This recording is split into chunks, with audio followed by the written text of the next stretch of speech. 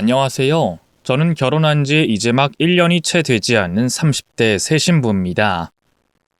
결혼한 지 이제 겨우 1년이 됐다 보니 이제서야 조금씩 결혼 생활에 적응하고 있는 듯하네요. 결혼 전에는 결혼 생활이 어떤 건지 제대로 알지 못했던 것 같아요. 남녀가 만나 가정을 꾸리는 것이 결혼이라고 생각해서 그런지 저도 결혼 전에는 부부 두 사람의 관계 말고는 다른 걱정은 하지 않았거든요.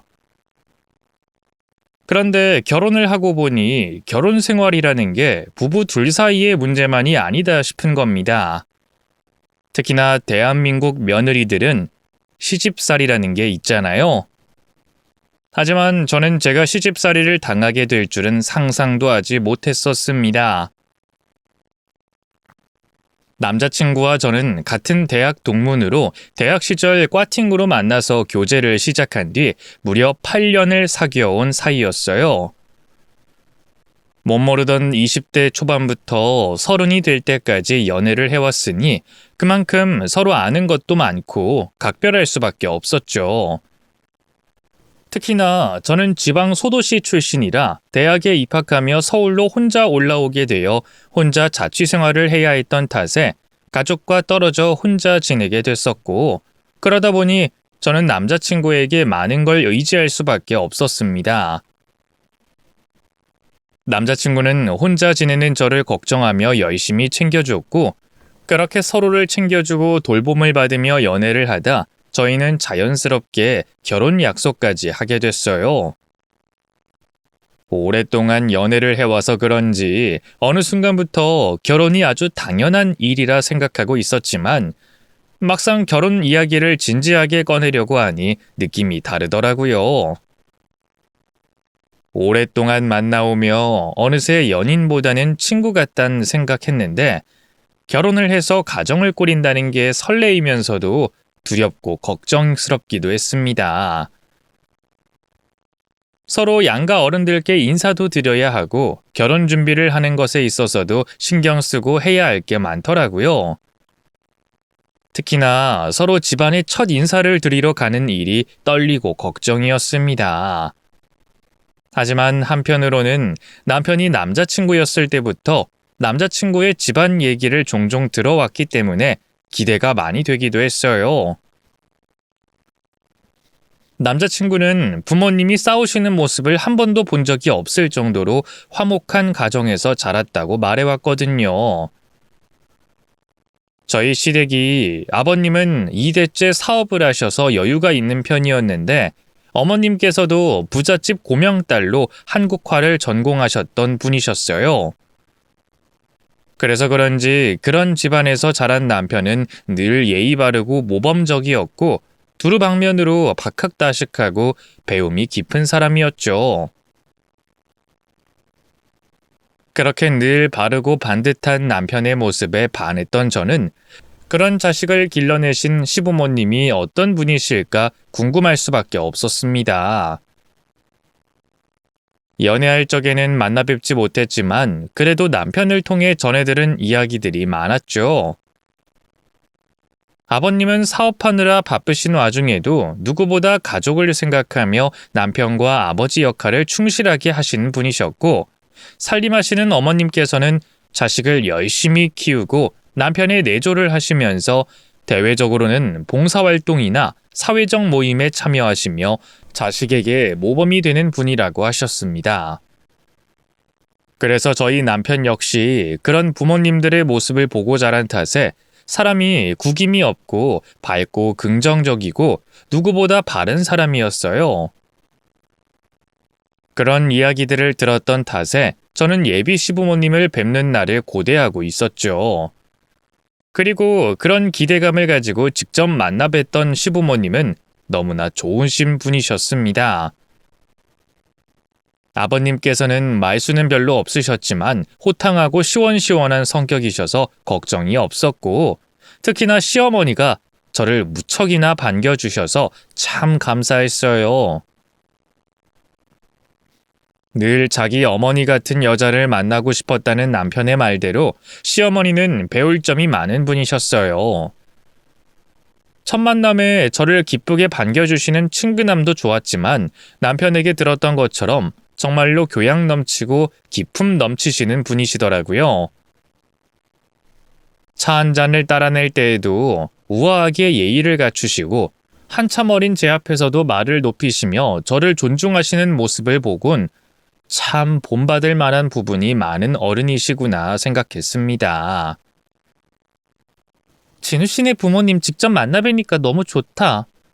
평소에 진우 씨 얘기 들으면서 가정이 화목하고 부모님 교육관이 좋으시구나 생각은 했지만 직접 뵙고 얘기를 들어보니까 두 분 다 참 좋으신 분들 같으셔. 생각하는 것도 남다르시고 고견도 높으시고 특히나 어머님은 부잣집 막내 따님이셔서 그런가 행동 하나하나에 기품이 있으시네. 그런 말을 바로 앞에서 듣게 되니까 좀 부끄럽네. 난 어릴 때부터 봐오면서 자란 우리 가족 모습이라. 그래도 뭐 우리 집이 다른 집들에 비해 큰 소리 나는 일은 거의 없었지. 뭐 자라면서 부모님이 화내시거나 싸우시는 모습을 본 적은 없는 것 같아. 그래서 나도 자기랑 결혼하면 절대로 안 싸우고 문제 생겨도 대화로 풀어갈 것 같아. 자기한테 화내지 않을게. 저희 부모님도 남부끄럽지 않게 사셨던 분들이시고 저 또한 화목한 가정에서 걱정 없이 자랐다 생각했지만 그런 저희 집도 시댁에는 비교할 수가 없었습니다. 아무리 사이가 좋은 집안이라 그래도 가족들끼리는 어쩔 수 없이 편하게 대하는 것도 있을 것이고 특히나 부부 사이에는 허물없는 분위기가 있을 텐데 시부모님은 아직도 두 분 사이에 서로 존대를 하시고 조금은 내외를 하시면서 무척이나 예의범절을 따진다고 하시더라고요. 그런 시댁의 분위기는 마치 드라마 속에서 봐오던 부잣집의 화목한 가정처럼 그린 듯한 모습이었습니다. 그래서 괜히 제 흠을 찾으시진 않을까 걱정되기도 하지만 다행히도 시부모님께서는 저를 너무나 좋아해 주셨어요. 우리는 항상 진우 밑으로 딸을 하나 더 갖고 싶었는데 딸이 없어서 얼마나 아쉬웠는지 몰라.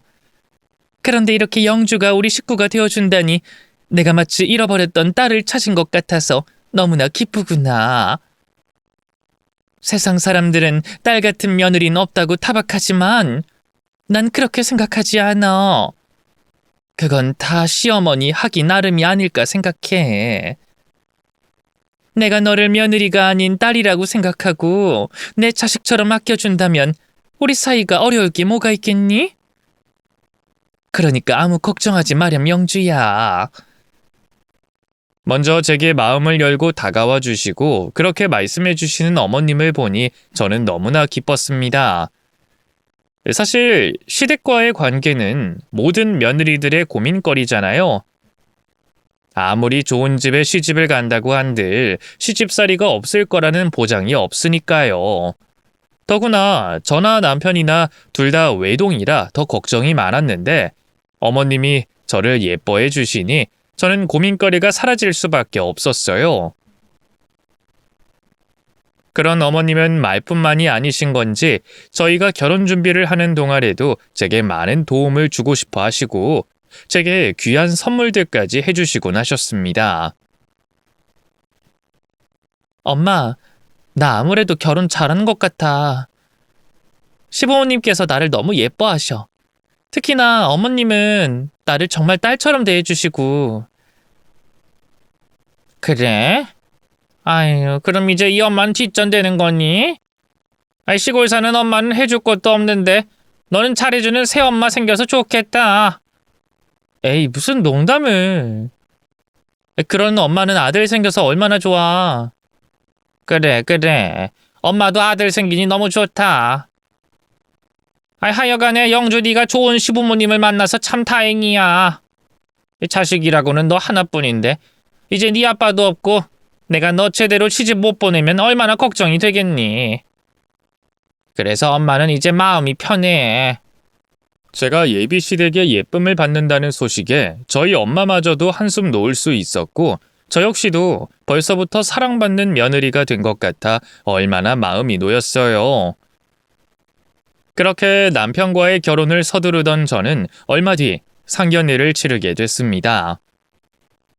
시댁에서도 저희 엄마도 하루빨리 상견례를 하자고 하셨지만 저희 엄마가 멀리 계시고 시부모님도 공사다망한 분들이시라 시간 약속 잡는 게 쉽지 않았거든요. 저희 집은 몇 년 전 아버지가 돌아가시면서 엄마 혼자 지내고 계셨어요. 저희 엄마는 충청도 작은 소도시가 고향이셨는데 교사의 꿈을 이루기 위해 대전에서 학교를 다니시며 처음으로 도시 생활을 하셨어요. 교대를 졸업하시고 교사 생활을 하시면서 대전에서 저희 아빠를 만나 가정을 꾸리셨고 그 후로 계속 교사 생활을 하시며 초등학교 교장 선생님까지 하시고 몇 년 전 은퇴를 하시게 됐죠. 그러다 아버지가 돌아가신 뒤에는 대전 집을 정리하시고 다시 고향 집으로 돌아가셨습니다. 그리고 지금은 그곳에서 농사를 지으시고 동네 아이들에게 무료 공부방을 운영하시며 소일거리를 하시면서 조용히 노후를 즐기고 계세요. 아빠도 돌아가셨으니 제가 있는 서울로 올라오시는 게 어떻냐 묻기도 했지만 엄마는 나고 자란 고향이 좋다며 시골살이를 자처하셨습니다. 그래서 저희 엄마가 시부모님과 저희가 있는 서울로 올라와 상견례를 하시기로 했죠. 그렇게 날짜를 잡고 상견례를 치르게 된 저는 그때까지만 해도 별 걱정이 없었어요. 시부모님이야 이미 저를 너무 예뻐하시고 결혼 준비 문제도 크게 걱정할 게 없는 탓에 상견례라고 하지만 그냥 형식적인 인사일 뿐이라고 생각했으니까요. 엄마는 아빠 없이 상견례를 맞으시는 게 조금 걱정이신 듯 했지만 그 부분 역시 배려심 깊으신 시부모님이 신경 써주실 거라고 생각했습니다. 그렇게 상견례 당일이 되고 전날 올라오신 엄마를 모시고 상견례장으로 향했습니다. 어서 오세요. 저희가 먼저 도착해서 기다리고 있었습니다. 아유, 저희도 더 일찍 왔어야 하는데 기다리게 해서 죄송합니다. 아유, 아닙니다. 저희가 공연히 서둘렀을 뿐인데요. 아직 약속 시간까지 한참 남았는데 걱정하실 것 없으십니다. 아유, 예, 그렇게 말씀해 주시니 감사합니다. 그럼 정식으로 인사드리겠습니다. 저는 영주 엄마 되는 최진숙이라고 합니다. 예, 저는 진우 애비 되는 사람이고 이쪽은 저희 안 사람입니다. 안녕하세요, 사돈. 얘기 많이 들었습니다. 저희 영주가 안사돈이 대단하시다는 얘기를 많이 하더니 이렇게 뵙게 되어 영광입니다. 저도 뵙게 되어 영광이에요. 시부모님과 엄마가 인사를 나누시는 그때 저희 엄마가 어머님을 보고는 깜짝 놀라시더라고요. 어머, 혹시 미자? 저희 엄마께서 시어머니가 누구인지 알아보시는 것 같더라고요. 하지만 엄마의 입에서 나온 이름은 저도 남편도 처음 듣는 이름이었습니다. 무슨 말씀이세요? 미자라뇨? 제 이름은 이미자가 아니고 이연희입니다. 아무래도 사돈께서 사람을 착각하신 모양이에요. 예? 그런가요? 죄송합니다. 제가 아는 사람이랑 너무 닮으셔서요. 제가 순간 너무 놀라서 실수를 범했네요. 부디 양해해 주세요. 아닙니다. 제가 그분과 많이 닮았나 보네요. 그 이미자라는 분하고 잘 아는 사이신가 봐요? 아니요, 제 어릴 적 동창인데 너무 닮으셔서 저도 모르게 말이 먼저 나갔습니다. 그래요? 아니, 이 사람 얼굴이 흔한 편은 아닌데 이 사람을 닮은 사람이 있다니 저도 궁금하네요. 그분도 무척 미인이시겠습니다. 하하하하. 아유, 당신 사돈도 계신데 무슨 그런 소리를 해요. 내가 미인은 무슨. 그냥 곱게 늙으려고 노력할 뿐이죠. 그나저나 누가 나랑 닮았다니 참 궁금하긴 하네요. 동창이시면 고향 친구이신 건가요? 사돈 고향이 어디라고 하셨죠? 저는 충청도가 고향이에요. 어머, 그럼 찾으시는 분이 저는 아니겠네요. 저는 경기도에서 나고 자란 경기도 토박이라서요. 충청도 쪽은 가본 적도 없네요. 찾으시는 분이 저일 일은 절대 없겠어요. 안 그래요, 여보? 아이, 그러게. 아이, 그럼 당신은 정말 아니겠네. 아무래도 사돈이 착각을 하신 모양입니다. 아니, 예, 아무래도 그런 것 같네요. 아이고, 초면에 실례를 해서 정말 죄송합니다. 하긴, 제가 그 친구를 마지막으로 본 게 몇십 년 전이었으니 이제 와서 만난다고 해도 알아보지는 못하겠죠. 그렇겠네요. 아무튼 저는 괜찮으니 개의치 마세요. 엄마는 시어머니를 보고 아시는 분과 착각을 하셨는지 무척 당황해 하셨어요. 하지만 엄마의 고등학교 동창이라는 그 사람과 시어머니가 동일 인물일 일은 절대 없어 보였습니다. 시어머니는 경기도에서 나고 자란 토박이셨고 엄마의 동창은 충청도 분이셨으니까요.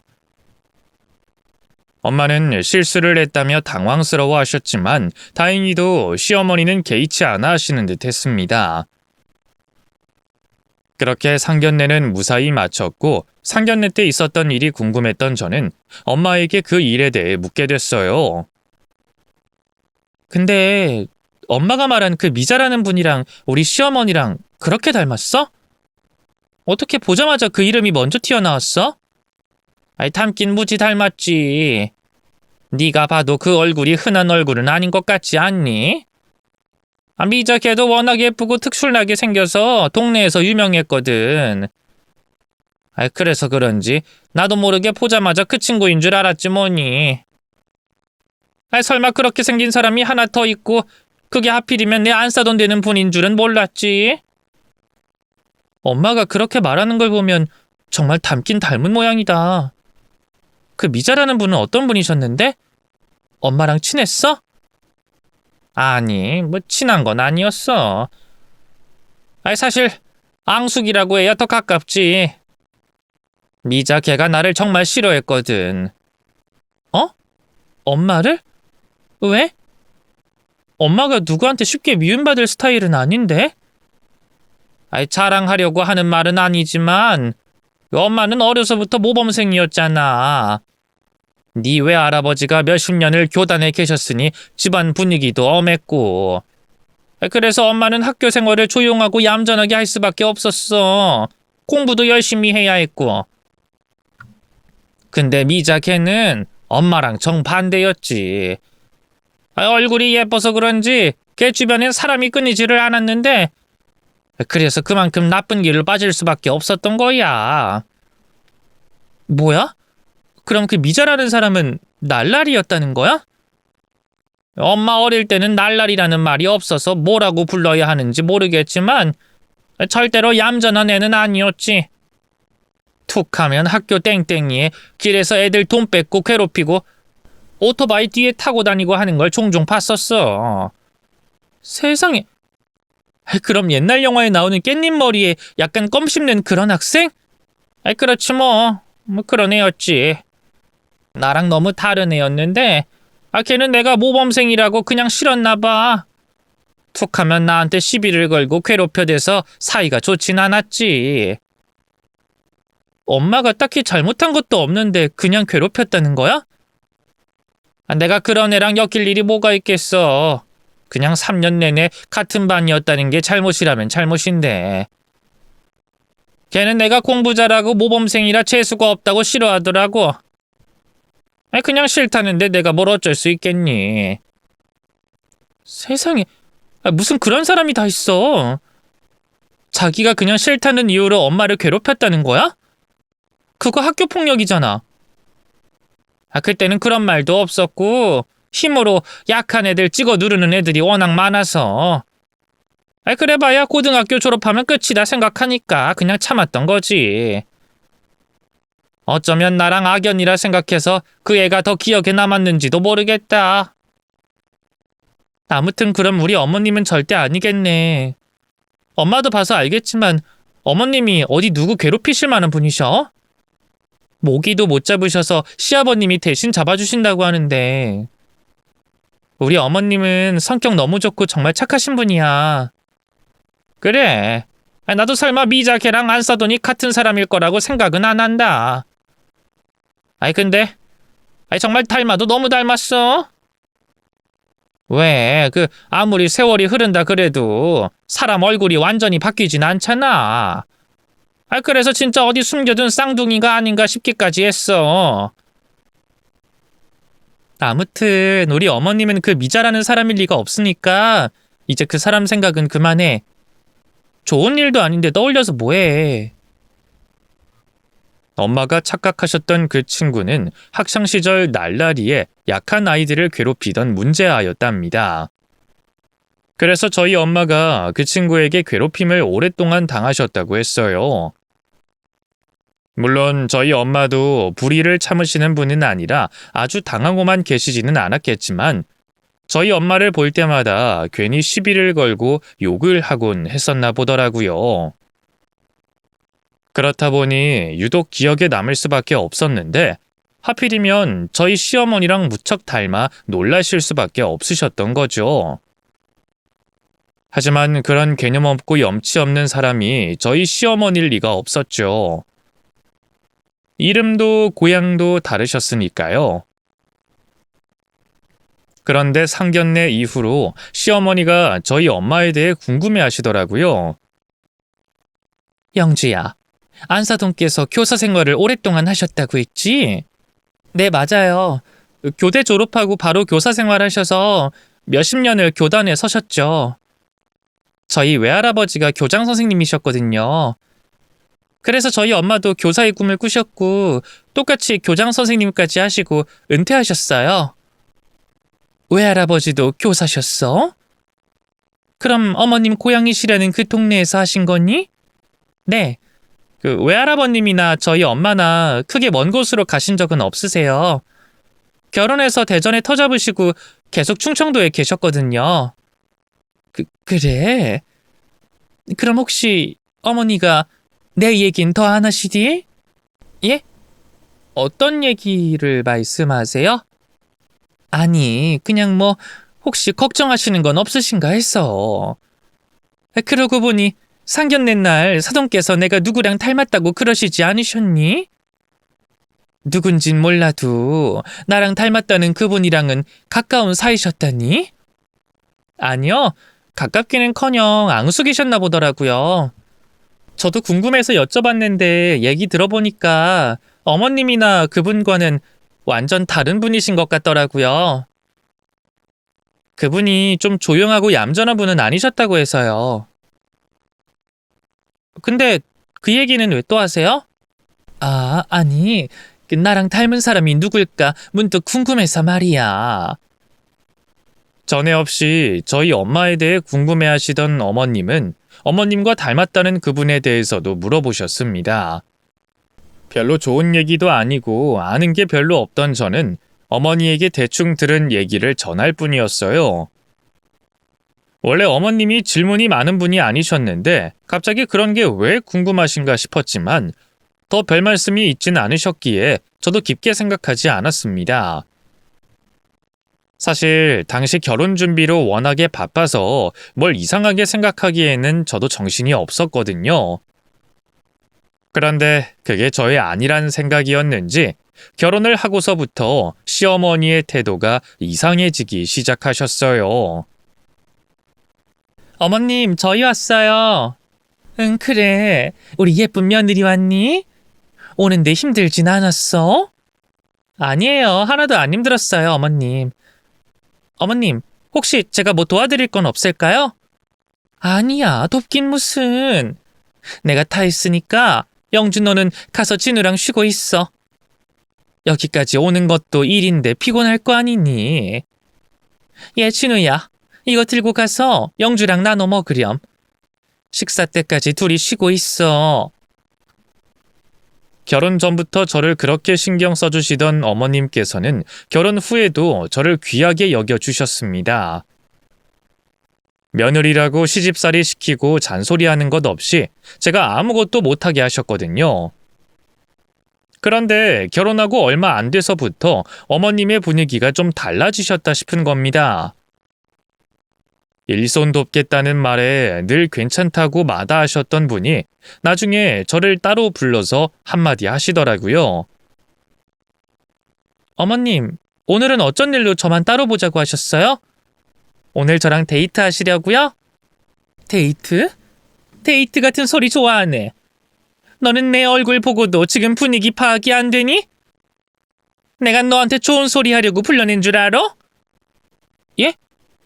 그게 무슨 말씀이세요? 어머님, 왜 화가 나셨어요? 제가 뭐 잘못한 게 있나요? 잘못한 게 있나요? 너는 정말 몰라서 하는 소리니? 난데없이 저를 불러내셔서 화를 내시는 시어머니를 보며 저는 무슨 말을 해야 할지, 어떻게 해야 할지 안절부절할 수밖에 없었습니다. 어머님, 왜 그러세요? 제가 뭐 실수한 게 있다면 말씀해 주세요. 글쎄, 네가 잘못한 게 한두 개여야 말이지. 내가 어디서부터 어떻게 말을 꺼내야 할지 모르겠구나. 예? 그렇게 많이요? 너는 말이야, 눈치가 없는 건지 없는 척하는 건지 애가 하는 짓이 아주 영악해. 내가 할 것 없다고 그냥 있으라 한다고 정말 그냥 있니? 그럼 나 혼자 일 다 하라는 거야 뭐야? 어린 것이 벌써부터 시어머니 부려먹을 생각이나 하고 있고 말이야. 저는 어머님이 하지 말라고 하셔서 진심이신 줄 알고요. 진심이라고 한들 네가 알아서 했어야지. 그럼 내가 우리 남편이랑 아들 앞에서 너 일일이 시켜먹고 잔소리 해야 되겠니? 너는 그렇게 나를 못된 사람 만들어야 속이 시원하겠어? 그래서 너 일부러 그러는 거지? 내가 식구들 앞에서 싫은 소리 못하는 거 알고서 나 엿먹이려고 그러는 거지? 아니에요. 죄송해요, 어머님. 아무래도 제가 눈치가 없었나 봐요. 앞으로는 어머님이 가라고 하셔도 도와드리고 알아서 하겠습니다. 그래. 내가 한 번만 더 기회를 줄 테니까 어떻게 하는지 앞으로 지켜보겠어. 그동안 시어머니가 하셨던 말씀은 전부 뭐였는지 이전과 180도 다른 시어머니의 말씀에 저는 당황스러울 수밖에 없었어요. 그리고 그때부터 어머님께서는 두 얼굴을 보여주시며 저를 괴롭히기 시작하셨습니다. 가족들 앞에서는 늘 사람 좋은 모습으로 잘해주시면서도 저와 단둘이 있을 때에는 제게 쉽게 화를 내시고 타박도 잦으셨어요. 너는 대체 잘하는 게 뭐니?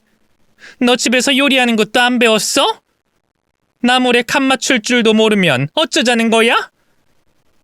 네 엄마 손맛 닮은 거니? 그래서 요리를 이렇게 못하는 거야? 이래서 우리 진우 너한테 밥이나 얻어먹겠니? 제가 청소를 하면 청소가 덜 됐다. 요리를 하면 요리를 못한다. 시어머니는 제가 뭘 하던 간에 꼬투리를 잡아 못마땅해 하셨습니다. 처음에는 제가 정말 잘못해서 어머님이 화나신 거다 생각했지만 계속 겪다 보니 그게 전부 꼬투리라는 걸 모를 수가 없었어요. 하지만 무엇보다 가장 큰 충격은 시어머니가 남편이나 시아버지 앞에서는 절대로 제게 혼을 내지 않으신다는 거였죠. 어머님은 다른 가족들 앞에서는 저를 새아가라고 불러주시며 너무나 잘해주셨습니다. 그저 제가 예쁘다, 참하다 칭찬을 아끼지 않으시다가 가족들 없는 뒤에서만 구박을 하시는 거예요. 결혼 전부터 시어머니가 교양 있고 온화한 성품인 줄만 알았던 저는 그런 시어머니의 두 모습에 큰 충격을 받아야만 했습니다. 어머님이 대체 왜 이러시는 건지, 내가 뭘 그렇게 잘못해서 이러시는지 저는 황당할 수밖에 없었어요.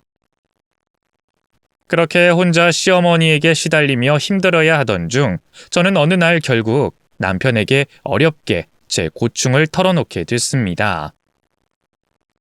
원래는 괜한 일로 분란을 만들고 싶지 않아서 저 혼자 참으려고 했는데 계속 참고 있다가는 저만 병이 나겠다 싶더라고요. 그래서 남편은 내 편이지 않을까 생각하며 남편에게 얘기를 꺼냈죠. 자기가 어떻게 받아들일지 모르겠는데 아무래도 어머님이 나를 싫어하시는 것 같아. 내가 뭘 해도 별로라고 마음에 안 드신다고 하시더니 요즘엔 사사건건 내가 뭘 배워온 거냐고 우리 엄마 욕까지 하시더라. 그래서 나도 너무 마음 아프고 힘든 거야. 밖에서는 그렇게 친절하시고 다정하신 어머님이 왜 나한테만 그러시는 건가 싶어서 말이야. 엄마가 뭐라고 했다고? 장모님 욕을 하셨다고? 글쎄, 어머니가 그러실 분이 아니신데? 정말이야, 믿어줘. 나더러 엄마 닮아서 손맛이 없다느니 뭐 하나 제대로 못한다느니 자꾸 타박을 하신다고. 에이, 설마. 우리 엄마가 그러실 분이 아닌데. 당신도 알겠지만 엄마는 누구한테 싫은 소리를 못하는 분이셔. 오죽하면 밖에서 누가 뭐 좀 사달라고 하면 거절을 못하시고 필요도 없는 것까지 사들고 오시는 분인데 그런 분이 며느리를 구박하다니. 그게 아니고 어머니가 얘기하시는 걸 자기가 오해한 게 아닐까?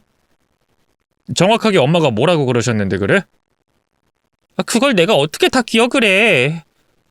자기는 혼날 때 말을 일일이 다 기억해?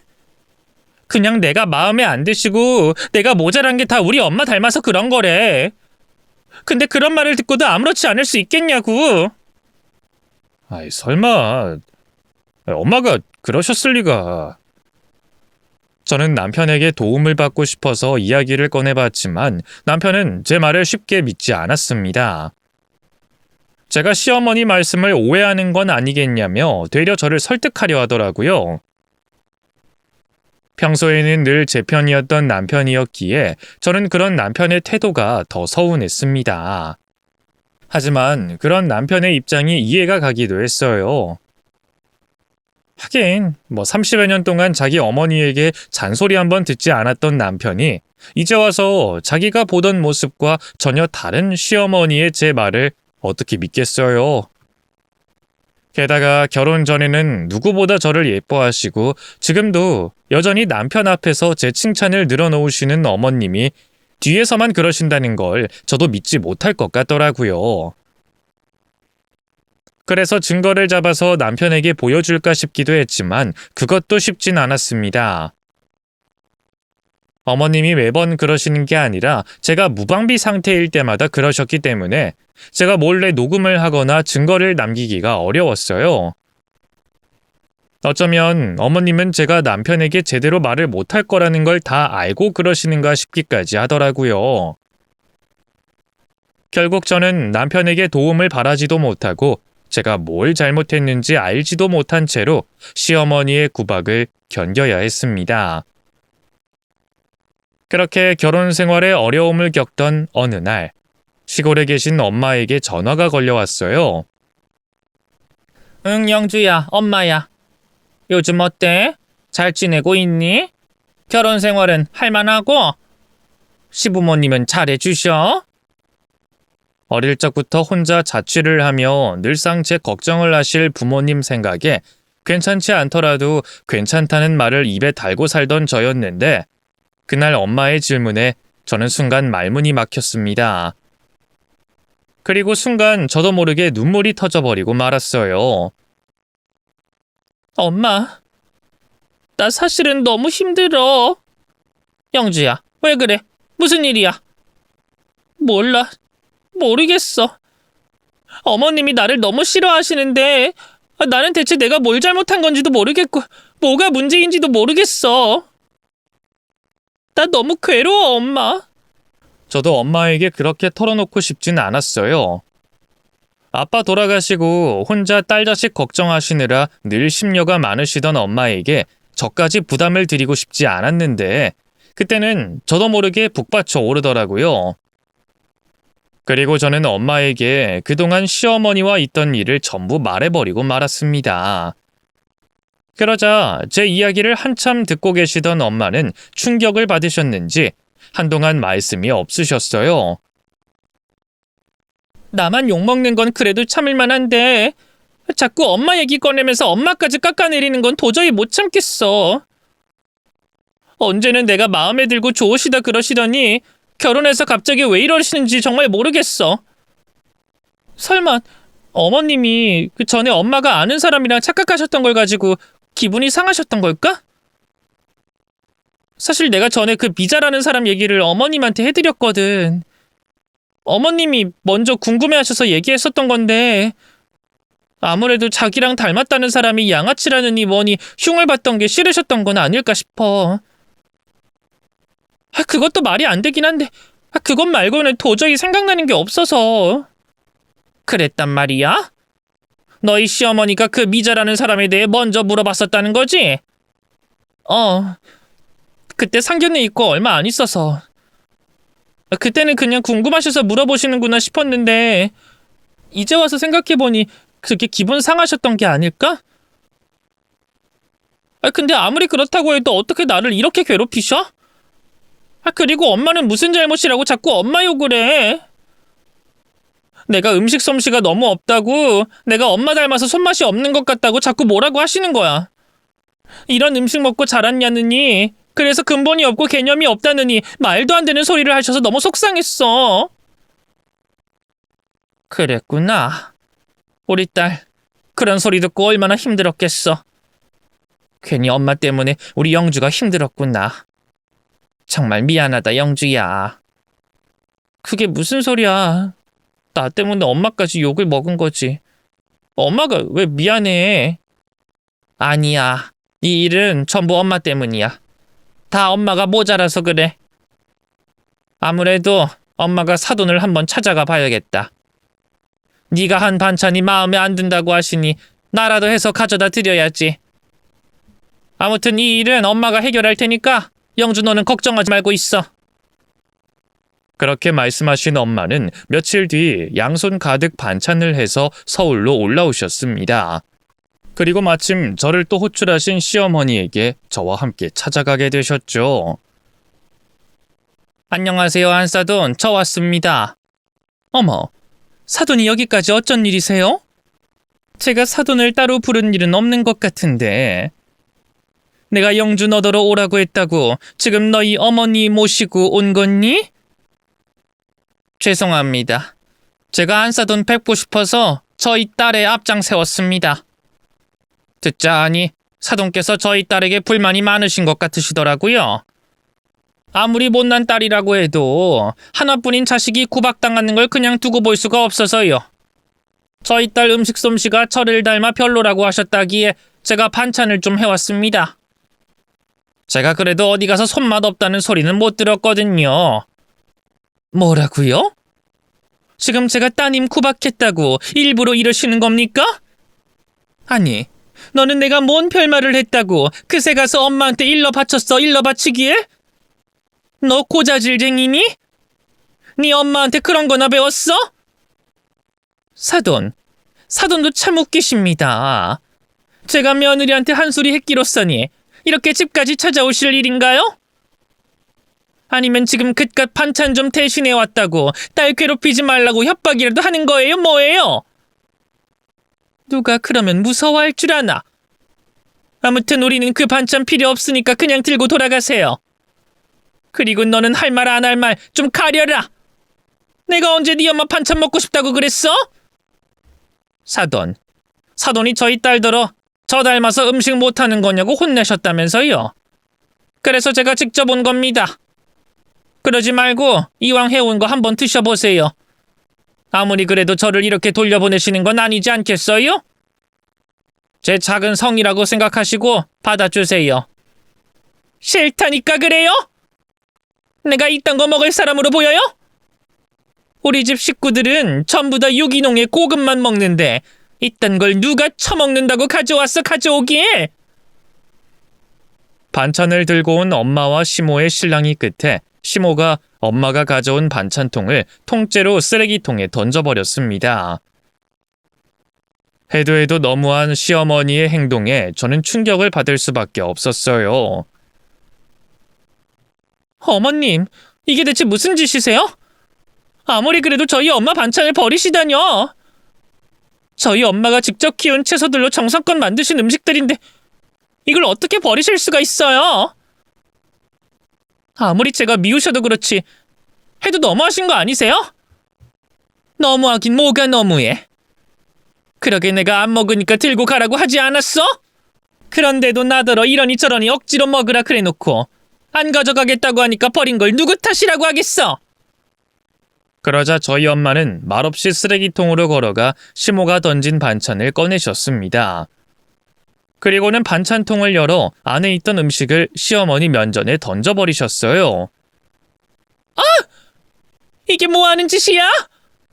당신 지금 이게 무슨 짓거리야? 왜 미자야? 너 좋아하는 장조림 아니니? 아니면 너 이제 장조림 싫어하니? 옛날엔 내 반찬 뺏어 먹고 내 도시락도 훔쳐 먹더니 이제는 부잣집 사모님 노릇하며 잘 산다고 장조림 같은 건 성에 안 찬다는 거야? 그래도 내가 네 생각해서 해왔는데 이렇게 내다 버리는 건 아니지.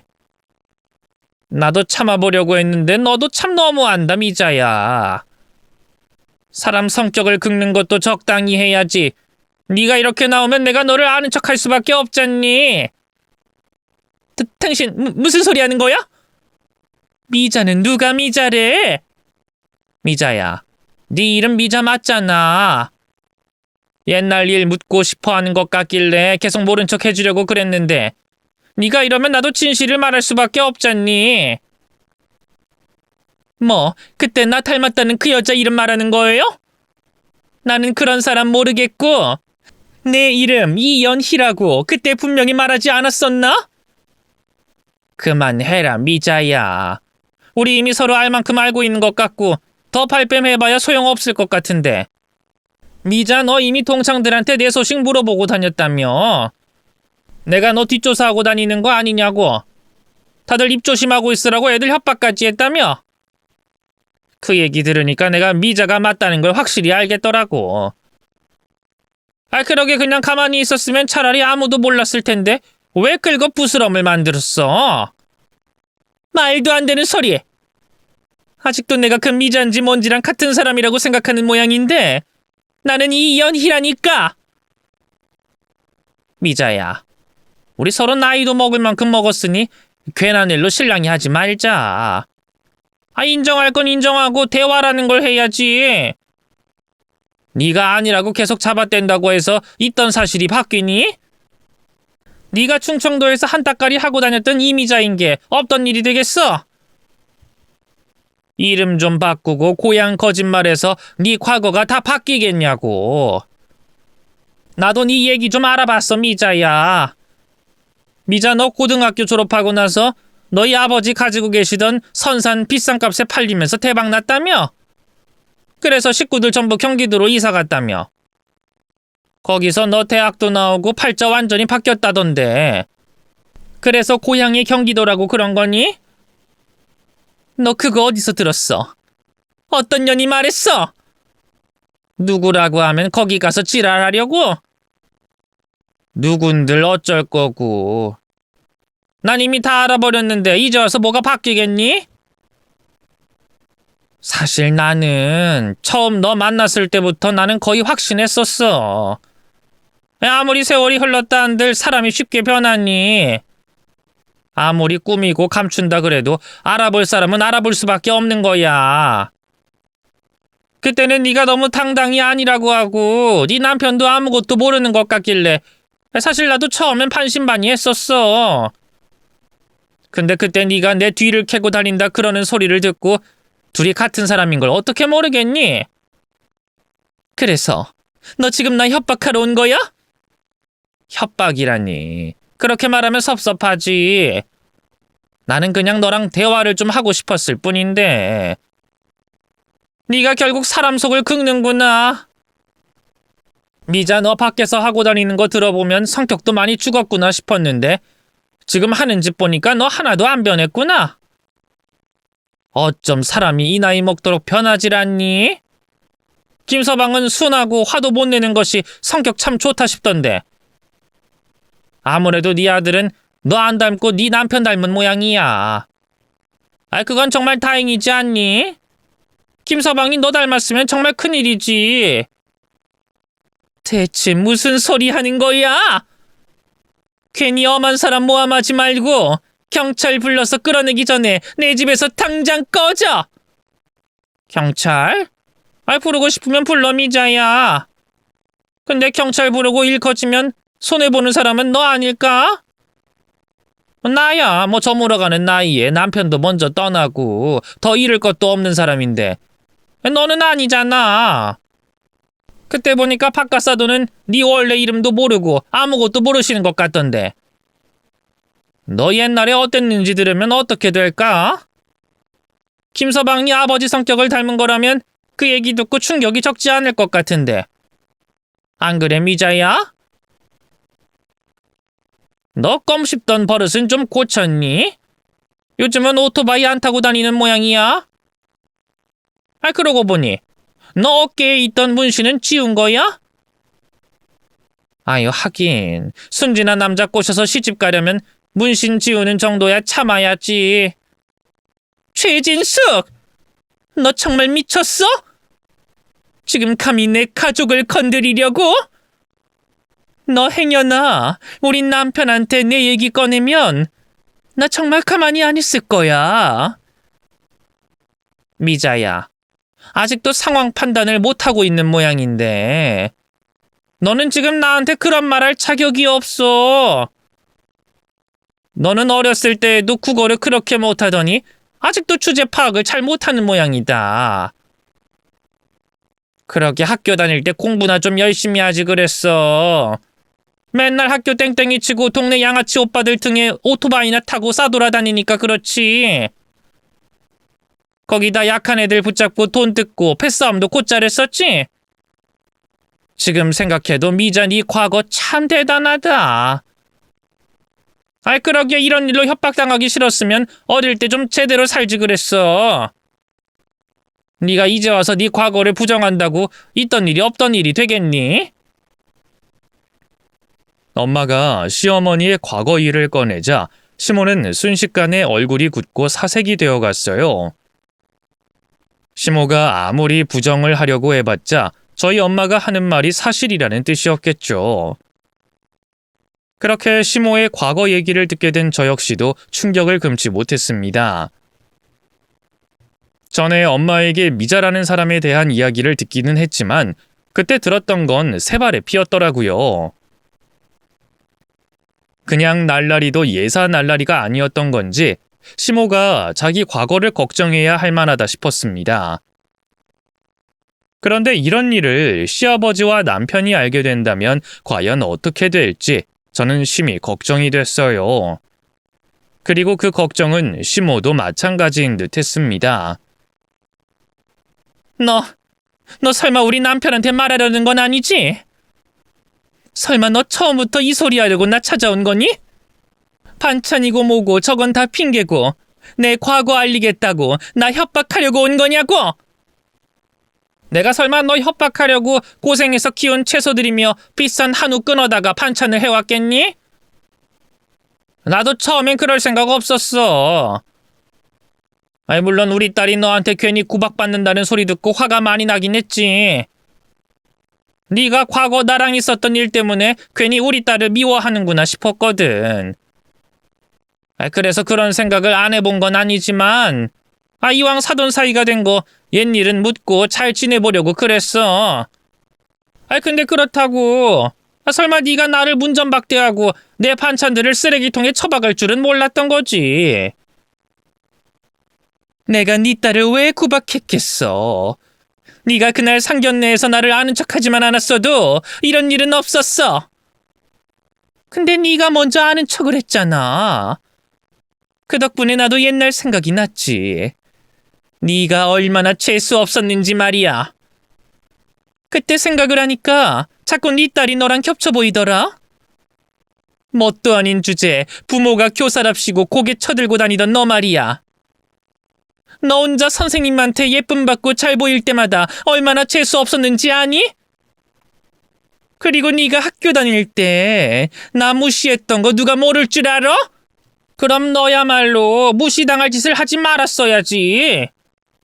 네가 양아치처럼 다녔으면서 존중을 받길 원했어? 그러게 부잣집 사모님으로 살 거면 끝까지 조심하지 그랬어. 시어머니는 저희 엄마에게 열등감 같은 게 있었나 봅니다.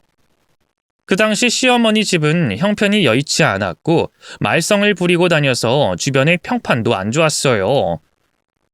반면 저희 엄마는 교사하시는 아버지 밑에서 바르고 모범적으로 학교 생활을 하며 선생님과 어른들의 사랑을 받았었죠.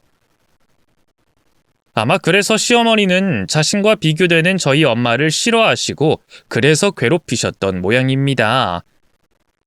그런데 하필이면 두 사람이 사돈으로 만나며 저희가 가족이 됐고 시어머니는 저를 볼 때마다 저희 엄마를 겹쳐보며 저를 미워하셨던 게 아닌가 싶었어요. 그제서야 잘못한 것도 없는 나를 왜 괴롭히셨는지 이해가 됐지만 그렇다고 해서 그게 시어머니 만행의 이유가 될 수는 없었습니다. 뭐야? 그래서 지금 내 과거 다 까발키겠다 이거야 뭐야? 아직도 큰 소리 칠 여력이 남은 모양인데 너 그거 교만이야. 뭐 벌써 몇십 년을 같이 산 부부 사이라고 그래서 안심을 하는 건지 아니면 네 남편이 이혼할 만한 강심장이 아니라고 믿는 건진 몰라도 네 과거를 네 남편이 알게 되면 바깥사돈이 너 계속 데리고 살겠니? 내가 듣기로는 바깥사돈은 부잣집 도련님으로 고생 모르고 살았다 그러던데 네 실체를 다 알게 되면 그 길로 이혼하자 그러지 않겠니? 황혼 이혼이 무서워서 참고 살진 않을 것 같은데 너도 환갑 다 돼서 이혼녀 되고 길바닥에 나앉고 싶진 않을 거 아니야. 너 지금 나랑 우리 남편을 이혼시키려고 그러는 거야? 제발 그러지 마. 우리 남편은 아무것도 모른단 말이야. 그러게 진작 조심했어야지. 내가 말했잖아. 겁먹어야 할 건 내가 아니라 너라고. 근데 너는 어쩌자고 우리 딸을 그렇게 구박했어? 그런 과거 청산하고 부잣집 사모님으로 살기로 했으면 죽을 때까지 그렇게 살았어야지. 왜 잘못도 없는 우리 딸 구박하고 괴롭혔어? 너 같은 시어머니 밑에 내 딸 고생시킬 바에는 내 딸 다시 데려가는 게 낫지. 근데 너 때문에 우리 딸을 이혼녀 만드는 마당에 내가 너를 그냥 두고 볼 수 있겠니? 내 딸 이혼녀 되는 날 너도 이혼녀 되는 거야. 안 돼. 이혼이라니? 그럼 나 우리 아들 얼굴 못 보고 살아. 내가 잘못했어, 진수가. 내가 사과할게, 응? 글쎄, 나는 너를 용서할 수 있을지 모르겠다. 네가 말만 잘못했다는 건지 진심인지 내가 어떻게 알겠니? 네가 언제 또 우리 딸 괴롭힐지 내가 너를 어떻게 믿겠냐고. 네 과거를 모르는 것도 아닌데 말이야. 아니야, 진수가. 나 정말이야. 진짜 사과할게. 내가 정말 잘못했다. 나도 처음엔 영주를 정말 예뻐했었어. 그건 정말이야. 근데 네가 나를 알아보고 영주한테 무슨 말을 했는지 걱정이 돼서 나도 모르게 재발절해서 그런 거야. 그렇다고 뭣도 모르는 애를 그렇게 괴롭혀? 미안해, 정말. 나 이제라도 진심으로 반성할게. 내가 이렇게 무릎 꿇고 빌 테니까 한 번만 용서해주면 안 되겠니? 나 옛날에 어땠는지 우리 남편이랑 아들이 알면 나 정말 죽어버릴지도 몰라. 그러니까 사람 하나 살리는 셈 치고 한 번만 봐줘라. 그리고 시몬은 냅다 무릎을 꿇고 엄마와 제 바짓가랑이를 붙잡고 사정을 해댔습니다. 얼마나 열심히 비는지 저러다가 손금이 다 닳아 없어지겠다 싶더라고요. 그 모습에 엄마도 화가 풀리신 건지 더 이상 화를 내지 않고 마지막 경고를 하셨어요. 네가 마지막으로 기회 달라고 한 거야. 두 번은 없어. 만약 앞으로 한 번만 더 나나 내 딸 건드리면 나 그 길로 네 아들 찾아가서 다 말할 거야. 그러니까 말년에 이혼녀 되고 자식 앞에 부끄럽고 싶지 않으면 정신 똑바로 차리고 살아. 그래. 나 정말 반성할게. 미안하다, 영주야. 내가 앞으로는 다신 안 그러마. 그리고 그 후 시어머니는 정말로 제게 함부로 굴지 않으셨습니다. 아니, 오히려 이제는 제가 불편하신지 제 앞에서 말도 잘 안 하시고 어려워하시는 것 같더라고요. 덕분에 저는 이제 더 이상 스트레스 받을 일이 없어졌네요. 결국 협박을 해서야 시어머니의 태도가 바뀌셨다는 건 아쉽지만 그래도 이번 일로 시어머니가 깨닫고 반성하시는 게 있으셨길 바랍니다. 저한테는 못된 시어머니였을지 몰라도 저희 남편에게는 누구보다 인자하고 다정한 어머니셨으니까요.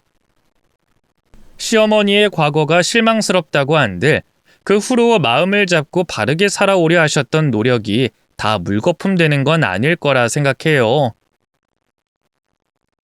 사람은 복합적이고 다양한 면이 있다고 하잖아요. 그래서 저는 그런 인간의 다양성을 믿어보려고 합니다. 그리고 어머님이 앞으로는 좋은 면만 보여주시길 바랍니다. 감사합니다.